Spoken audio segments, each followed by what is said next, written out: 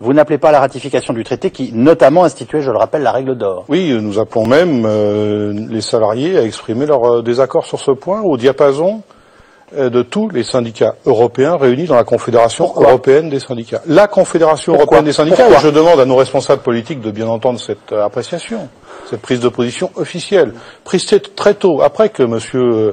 Sarkozy et Mme Merkel aient conçu ce traité. L'origine est là et qu'il l'ait fait ratifier par d'autres chefs d'État, dans une attitude d'ailleurs peu coopérative s'agissant de l'Union européenne.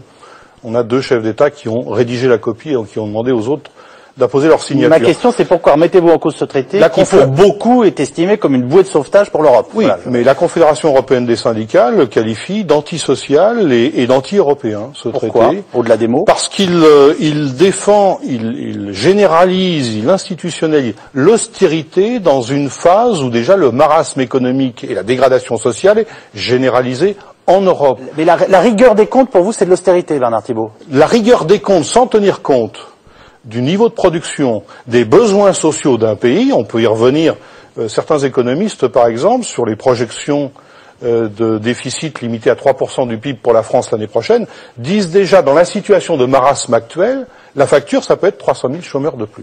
Je vous rappelle que François Hollande a obtenu des engagements de croissance pour accompagner ce traité. Bon, là il y a une prise de position. La CFDT fait partie de la Confédération européenne et soutient la ratification du traité? Oui, non mais j'ai bien remarqué que depuis quelques jours, vous appuyez sur les prises de position de la CFDT sur un certain nombre de sujets. Je veux dire, c'est pas tous les syndicats européens qui... Je vous dis que la position officielle de la Confédération européenne des syndicats est un rejet de ce traité qualifié d'antisocial, prônant l'austérité.